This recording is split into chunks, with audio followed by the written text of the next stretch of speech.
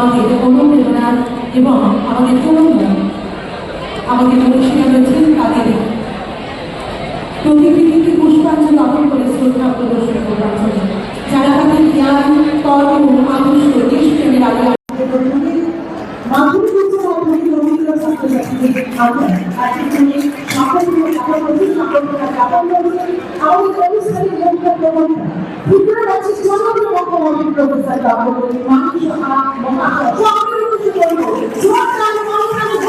একত্রিত হওয়া যে তাদের মধ্যে আমরা এই মুহূর্তে যাপন করছি একদিন পরীক্ষিত ছাত্রছাত্রীরা তাদের যে পরীক্ষা মাধ্যমিক পরীক্ষায় যারা শুরু করেছেন আগামী দিনে মাধ্যমিক পরীক্ষার পরে হচ্ছে মাধ্যমিক পরীক্ষা এবং এই উচ্চ মাধ্যমিক পরীক্ষা মানে যে স্বপ্ন রয়েছে 2047 সালের মধ্যে দেশকে বিকশিত ভারতে পরিণত করতে সেই বিকশিত ভারতের মূল ছাত্র যখন মাধ্যমিকে উত্তীর্ণ হয়ে সকলের উদ্দেশ্যে পৌঁছে যায় তখন এই সকলের আনন্দ ছড়িয়ে পড়ে পরিবার থেকে বিদ্যালয়ের সমাজ সকলকে আজকে আমাদের মন্ডলের উদ্যোগে এই বিধানসভার ছাত্রছাত্রীদের মধ্যে যারা মাধ্যমিক এবং উচ্চ মাধ্যমিক পরীক্ষায় বছর উত্তীর্ণ হয়েছে তাদেরকে আমরা সম্বর্ধনা প্রদান করছি। আরো একবার করতে চাইব সকলের কাছ থেকে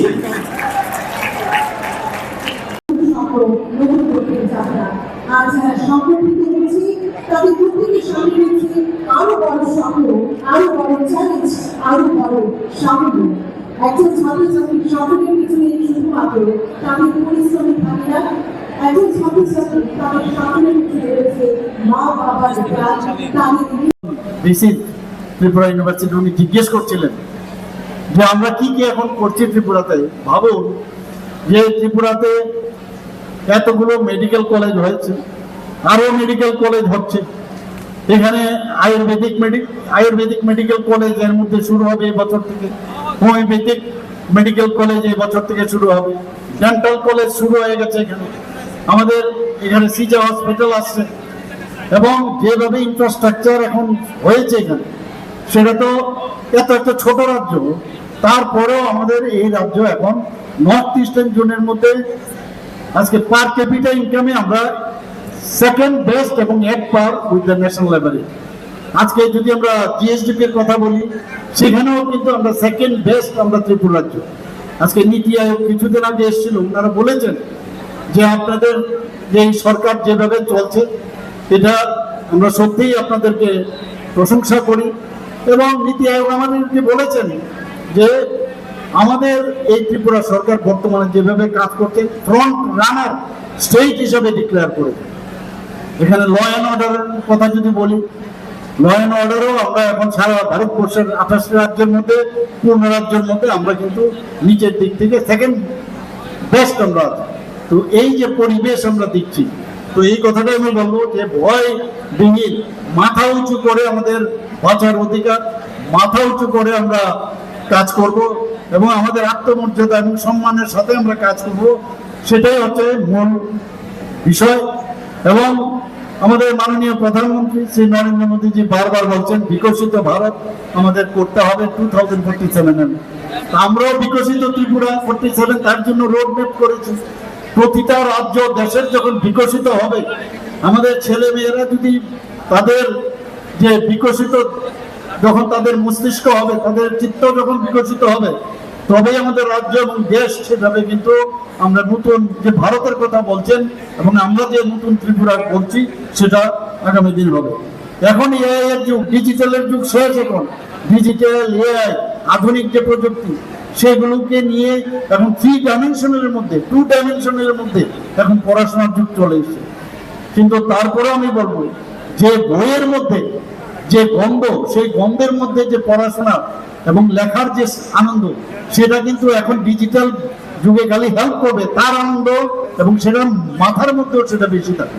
আমি বলবো যে দুটোরই, একদিকে মাননীয় প্রধানমন্ত্রী কি বলছেন যে বিরাসত ভি আর বিকশিত ভি, অর্থাৎ আমার যে পরম্পরা, আমার যে আগের যে আমাদের কৃষ্টি সংস্কৃতি সেগুলোকেও ভুলবো না, সেগুলোকে আবার নতুন ভাবে করবো এবং আধুনিকতার যে ছোঁয়া যেসব ডেভেলপমেন্ট সেগুলো আমরা সেগুলোকে অ্যাডপ্ট করবো।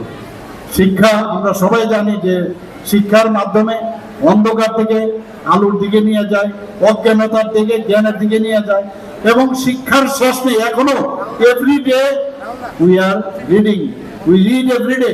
কাজে এই জায়গার মধ্যে প্রতিদিন প্রতিনিয়ত বিভিন্ন বিষয় আসে, সেগুলো আমাদের পড়তে হয়, তাতে করে নিজেকে কিন্তু আপডেট রাখা যায়। আমাদের এখানে স্বামী বিবেকানন্দ বলেছিলেন, মানুষের অন্তর্নিহিত পূর্ণতার বিকাশ সাধনই হচ্ছে শিক্ষা। শিক্ষা ছাড়া কিচ্ছু হবে না। মাননীয় প্রধানমন্ত্রীজি বারবার বলছেন, এই পৃথিবী তাদের কাছে আগামী দিন যাদের কাছে শিক্ষার ভান্ডার থাকবে, যে যত বেশি পড়াশোনা করবে তত বেশি কিন্তু শিক্ষা হবে। এখন আমি এখানে বলবো যারা বুকওয়ার্ম যেন না হয়, কারণ তার সাথে এক্সট্রা কারিকুলার অ্যাক্টিভিটিস, খেলাধুলা যদি তার সাথে যুক্ত থাকে তাহলে অলরাউন্ডার। এবং শুধু তাই নয়, বলা হয় খেলাধুলা যদি করি আমাদের মস্তিষ্কের মধ্যে ব্লাড সার্কুলেশন বেশি হয়, শরীরের প্রতিটা কোষে প্রতিটা সেলে কিন্তু রক্ত সঞ্চালন হয়। যত রক্ত সঞ্চালন হবে তত বেশি আমাদের চিন্তা ভাবনা, নতুন ইনোভেটিভ আইডিয়া তত বেশি হবে। এবং সবসময় বলা হয় যে healthy mind resides in healthy body. কাজে এইসব যে বিষয়গুলো আছে, আমি আশা করি আজকে এখানে যারা মাধ্যমিক উচ্চ মাধ্যমিকে ভালো রেজাল্ট করছেন, আগামী দিনে এগুলো মাথায় রেখে আমরা কাজ করব এবং ত্রিপুরাকে একটা নতুন ত্রিপুরা বানাবো, সেই অঙ্গীকার আমার মনে হয় এই গরমের মধ্যে বেশি ভাষণ দিলে আমার মনে হয় 45 মিনিটসে আমরাও ক্লাস যখন নিতাম পুরো অসম্ভব, এবার মনে হয় চলে যাওয়ার জন্য সবাই মানে ব্যস্ত হয়। আমিও আজকে আর বেশি কিছু বলছি না। এখানে এই কথাগুলো যেগুলো বললাম, আমার পূর্ববর্তী বক্তারা যে কথাগুলো বললাম, এই কথাগুলো মাথায় রেখে আগামী দিন যেন আমাদের পাথেয় হয়। সবাইকে আমি বলবো অল দ্য বেস্ট, এবং জীবনে বড় হোক, জীবনে কিছু করে তোমরা, you are born for others not for yourself. কিছু একটা করে মানুষ সারা জীবন বেঁচে থাকবে না, যে যতক্ষণ ধরে আমরা বেঁচে থাকবো এমন কাজ করে যাব যাতে মানুষ সারা জীবন মনে রাখে। সবাইকে আবার অসংখ্য ধন্যবাদ জানিয়ে আমার কথা বলা শেষ করছি। আলোচনা বেশি রাখবো না, দু একটি কথাই করবো, কারণ প্রচন্ড গরম। আর যার বক্তব্য শোনার জন্য, যার দিশা মার্গদর্শন শোনার জন্য প্রিয় ছাত্রছাত্রীরা এই গরমের মধ্যে উপস্থিত হয়েছে, তাদেরকে বলবো ধৈর্য সহকারে মাননীয় মুখ্যমন্ত্রী আমাদের রাজ্যের শিক্ষার ক্ষেত্রে যে স্টুডেন্টের জন্য কি কি ব্যবস্থা গ্রহণ করা হচ্ছে, কি কি সুবিধা আছে এবং কি কি সুযোগ গ্রহণ করা যায় ছাত্রছাত্রীদের, উনি সবিস্তারে আলোচনা রাখবেন। আমি বলবো যে রামনগরের যারা আজকে সম্বোধিত হচ্ছে, শুধু তারা রামনগরের সম্পদ না, তারা আমাদের রাজ্যের সম্পদ, দেশের সম্পদ। তাদের মেধা, তাদের প্রতিভা শুধু রামনগরের বিকাশে নয়, সারা রাজ্যের সঙ্গে আমাদের বিকশিত ত্রিপুরা এবং বিকশিত ভারতবর্ষ গড়ার ক্ষেত্রে তাদের অংশগ্রহণ আগামী দিন থাকবে আমার বিশ্বাস। কাজে আমি আশা করব যাদেরকে সম্বোধিত করা হচ্ছে, যাদেরকে উৎসাহিত করা হচ্ছে, আমাদের রাজ্য সরকারের শিক্ষানীতি বা কেন্দ্রীয় শিক্ষানীতির কারণে যে যে ব্যবস্থাগুলি স্টুডেন্টের জন্য করা হচ্ছে, পরিকাঠামোগত উন্নত বলবো বা আধুনিক বিজ্ঞানসম্মতভাবে প্রযুক্তি ব্যবহার করে এবং শিক্ষা বিস্তার যে প্রসার ঘটেছে, সে সুযোগ স্টুডেন্টদের নিতে হবে। আমার মনে হয় আমরাও স্টুডেন্ট ছিলাম, যারা অভিভাবকরা এসেছিল তারও একসময় স্টুডেন্ট ছিল। আগে পঠন পাঠন, আগে শিক্ষা গ্রহণ বা শিক্ষা দানের ক্ষেত্রে যে ব্যবস্থা ছিল, এখন একটা আমূল পরিবর্তন হয়েছে। গুণগত মান আমাদের রাজ্যে 2018 সালের পর থেকে সরকার পরিবর্তন হওয়ার সঙ্গে সঙ্গে, নতুন সরকার হওয়ার পর ভারতীয় জনতা পার্টির নেতৃত্বে এই সরকার সামগ্রিক সমস্ত সঙ্গে শিক্ষা ব্যবস্থা প্রসারে সবচেয়ে বেশি গুরুত্ব দিয়েছে। কারণ শিক্ষা হচ্ছে একটা জাতির মানদণ্ড বা মেরুদণ্ড বলবো, বা যে রাজ্যে যে দেশের শিক্ষা যত এগিয়ে যায় ততই উন্নয়ন সম্ভব। কাজে আমি বলবো আজকে যারা স্টুডেন্ট, যারা মাধ্যমিক এবং উচ্চ মাধ্যমিক উত্তীর্ণ হয়েছে, আগামী দিনে উচ্চ শিক্ষার জন্য, আগে আমরা যখন স্টুডেন্ট ছিলাম অনেক মেধা প্রতিভা ছিল, কিন্তু তাদের প্রতিভার মেধা থাকা সত্ত্বেও তাদের সুযোগ ছিল না।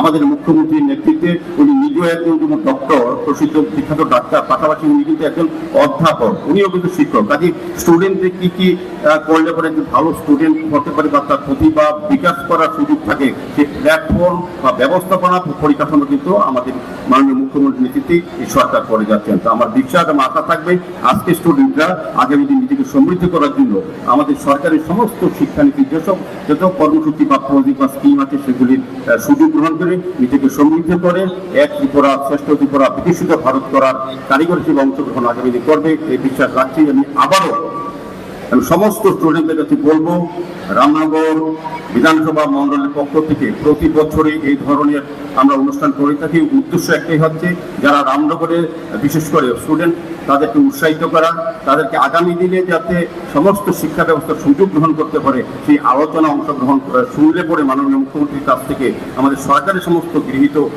ব্যবস্থাপনাগুলি স্টুডেন্টরা উপকৃত হবে, তাদেরকে নিজেরভাবে তৈরি করতে হবে। আমি বলবো, সুস্থ সুন্দর সৎ মানুষ হওয়ার ক্ষেত্রে পুঁথিগত বিদ্যার পাশাপাশি সামাজিক কিছু দায়িত্ব, সামাজিক কর্তব্যের সামনে নিজেকে তৈরি করতে হবে এবং মাননীয় মুখ্যমন্ত্রী আলোচনা রাখবে। আমি স্টুডেন্টদেরকে বলবো, ধৈর্য সহকারে মুখ্যমন্ত্রীর মার্গদর্শন তোমরা শুনবে, তোমাদের লাভ হবে।